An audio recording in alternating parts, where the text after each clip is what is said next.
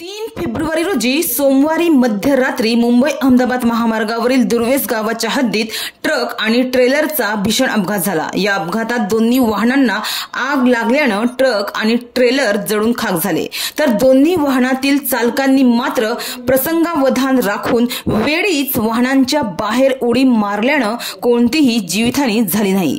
मात्र वाहन मालकांचे प्रचंड नुकसान झालंय। मुंबई अहमदाबाद राष्ट्रीय महामार्गावर ट्रेलर आणि ट्रकचा अपघात झाल्यानंतर अचानक दोन्ही वाहनांना भीषण आग लागली। सुदैवाने या घटनेत कोणतीही जीवितहानी झाली नाहीये।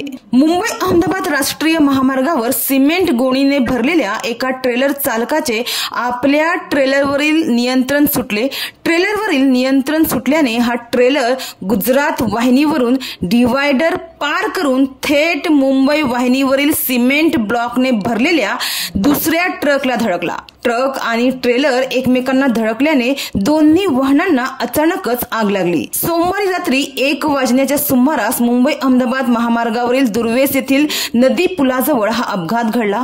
मात्र काही क्षणातच अपघातग्रस्त ट्रक आणि ट्रेलर ही दोन्ही वाहने आगीच्या भक्ष्यस्थानी आली, तर आग लागल्याचे निदर्शनास येताच दोन्ही वाहन चालक वेळीच या वाहनांमधून बाहेर पडल्याने सुदैवाने या अपघातात कोणतीही जीवितहानी झाली नाही। मात्र भरधाव वाहन चालवणाऱ्या वाहन चालकांनी आपल्या वाहनावर नियंत्रण ठेवणं आवश्यकच आहे, कारण तुमच्या याच चुकीमुळे दुसऱ्या वाहन चालकांचा जीव जाऊ शकतो।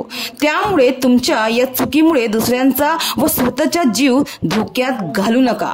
सावधानतेने वेग मर्यादेचे भान ठेवूनच वाहने हाका।